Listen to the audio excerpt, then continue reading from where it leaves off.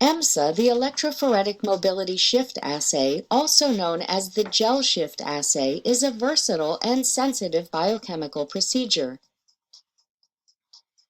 EMSA elucidates binding between proteins and nucleic acids by detecting a shift in bands in gel electrophoresis. This video describes the principles of EMSA, provides a general procedure, and discusses some applications.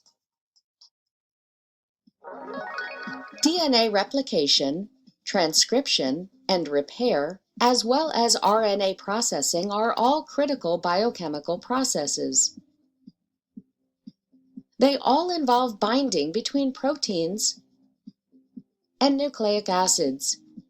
Many serious diseases and disorders are associated with modifications in this binding. EMSA is a technique for qualitatively determining whether a specific protein binds to a specific nucleic acid. First, the nucleic acid is labeled, usually with radioactive phosphorus 32, to create a probe. Then the test protein and nucleic acid probe are mixed. When a protein binds to a nucleic acid probe, the resulting complex has greater mass and a different conformation than the nucleic acid alone. Once bound, the complexes are analyzed with gel electrophoresis. In this technique, an electric field forces macromolecules to migrate through a gel matrix. The components separate based on mass, charge, and conformation. Electrophoresis can separate protein DNA complexes from unbound probes. Since they have different masses and conformations, they will migrate through the gel at different rates and separate. The separation is easily detected thanks to the presence of the radioactive phosphorus and proves the protein successfully binds to the given nucleic acid. To verify the identification of the protein, a supershift assay uses an antibody with a known affinity to the protein. This has the added benefit of further shifting the complex, increasing resolution.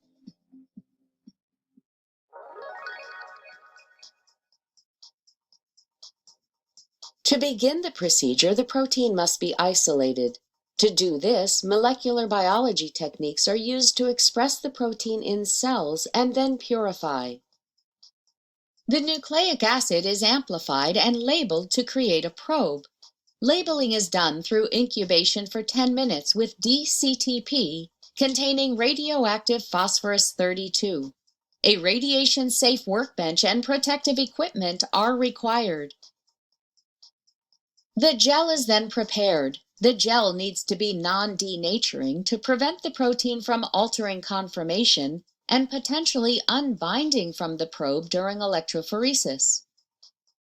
Polyacrylamide gels have pore sizes of 5 to 20 nanometers and are useful for short probes up to 100 base pairs in length. Agarose gels have pore sizes of 70 to 700 nanometers and are useful for larger probes. With the protein and nucleic acid probe now prepared, we proceed to binding. A tris buffer solution is prepared and the protein and probe are added.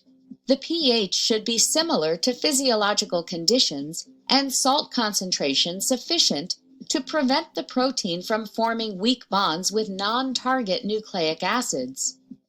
The next step is electrophoresis. A buffer of low ionic strength and a pH similar to that used in the binding reaction is utilized. It yields a caging effect that stabilizes complexes, increases mobility, and reduces heat generation. After electrophoresis, the components of the gel are transferred onto filter paper. In a dark room, the filter paper is then exposed to film.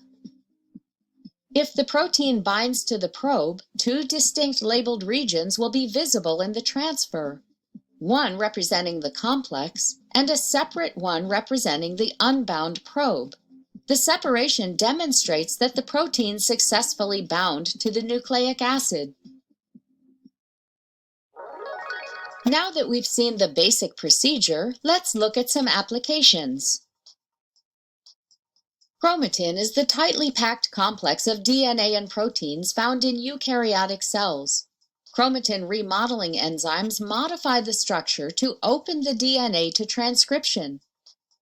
As this changes the mobility of the complex, EMSA can be used to explore the binding activity of the enzyme. An alternate approach to labeling takes advantage of the interaction between DNA and the methyltransferase enzyme.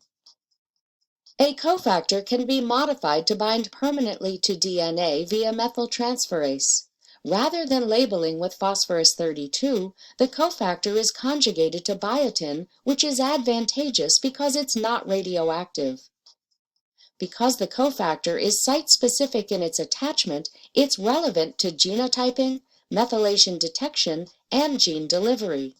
The biotinylated nucleic acids are detected through ultraviolet fluorescence. When environmental stimuli activate histidine kinases, a response regulator is phosphorylated. This in turn binds to DNA, affecting transcription, which can be studied by EMSA. For instance, a response regulator in Desulfovibrio vulgaris was demonstrated to bind to the gene of interest. EMSA was used to verify that the binding took place. You've just watched Jove's video on the electrophoretic mobility shift assay. You should now understand its principles of operation, the steps in its procedure, and its major operating parameters. Thanks for watching.